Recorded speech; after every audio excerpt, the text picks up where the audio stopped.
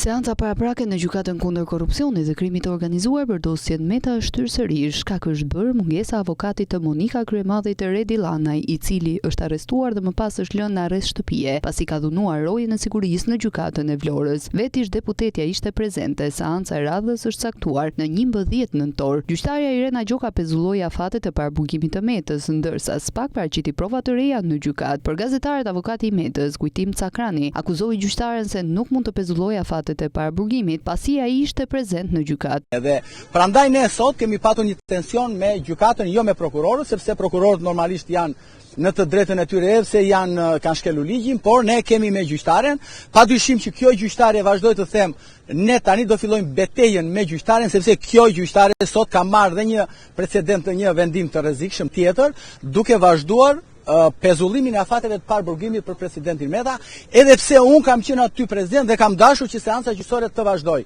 Kjo përsëri ka vazhduar sot pezullimin e afateve dhe vërteton edhe një herë që zonja Gjoka apo Maneku, siç e njihni ju, nuk është gjyqtare e aftë edhe juridikisht, por e kapur politikisht edhe natyrisht e shantazhueshme edhe juridikisht nga ana e SPAK-ut për faktet që ju i dini tashmë, ajo është në hetim. Ne do vazhdojmë betejën për largimin urgjent të kësaj gjyqtare, e cila ka komprometuar që në momentin e parë, që në seancën e parë sot, të gjithë këtë proces. Ndërkohë, Monika Kryemadhi sulmoi edhe Altin Dumanin për zgjatjen e hetimeve ndaj dosjes. Sipas saj, kjo gjë bëhet për të mbajtur Metën në burg dhe për të ushtruar presion ndaj saj dhe familjarëve të tyre. Ish deputetja, pas shtyrjes së seancës paraprake në gjykatën kundër korrupsionit dhe krimit të organizuar, hodhi akuza teksa tha se SPAK vazhdon të shantazërojë Ilir Metën. Që pas kanë ardhur vazhdon hetimi, pra në qoftë se dosja hetimore duhet ishte mbyllur në 27 korrik, prokuroria vazhdon heton, thërret dëshmitar,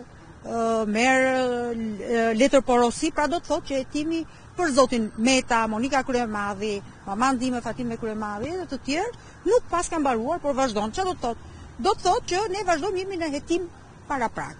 Dhe arsyeja për të cilën është vepruar në mënyrë të tillë është vetëm një qëllim, për të mbajtur zotin Meta në burg, për të mbajtur Monika Kryemadhin dhe familjarët e saj nën presion dhe për të arritur një inat personal që nuk e di të kujt e ka.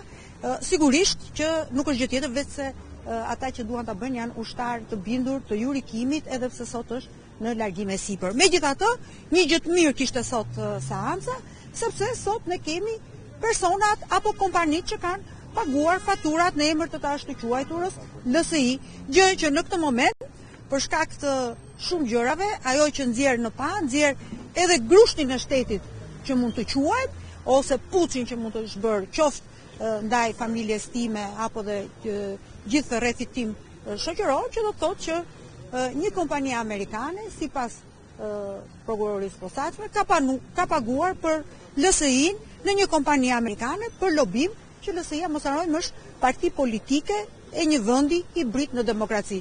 Kujtojmë që seanca e radhës është caktuar në 11 nëntor.